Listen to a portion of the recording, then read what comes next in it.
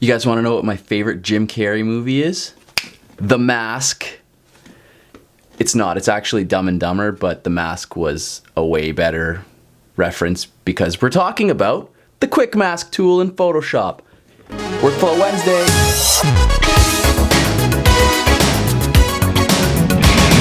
All right, we're talking about the Quick Mask tool in Photoshop. I use this thing all the time.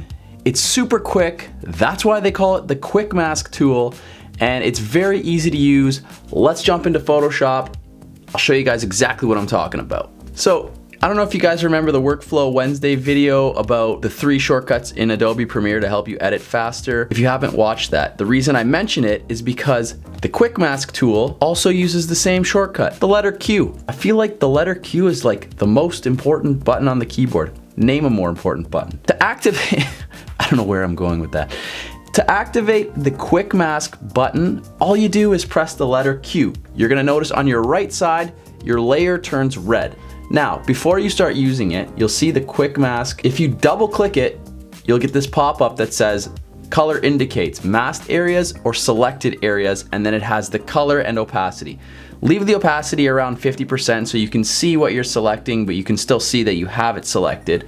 And change the color to whatever you prefer. I like red, maybe bright green, just something that like pops up so you can see very clearly what you have selected.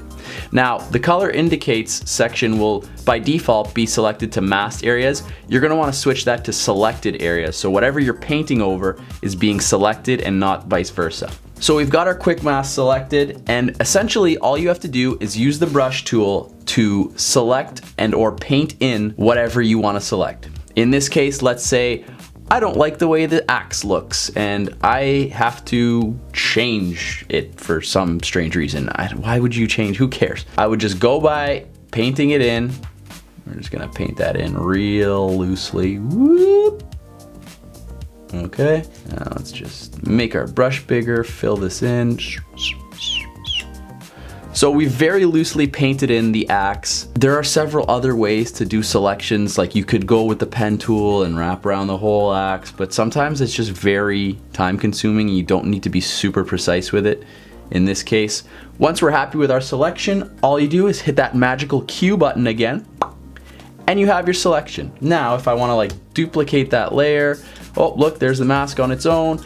We're gonna add an adjustment layer. We're gonna, whatever you're gonna do to it, change it however you like. You've quickly selected it. It's that simple. And I'm telling you, that thing is gonna save you a ton of time when it comes to editing certain parts of a landscape. If you do portraits, you can, mask off and select areas of skin to change the tones or smooth them out.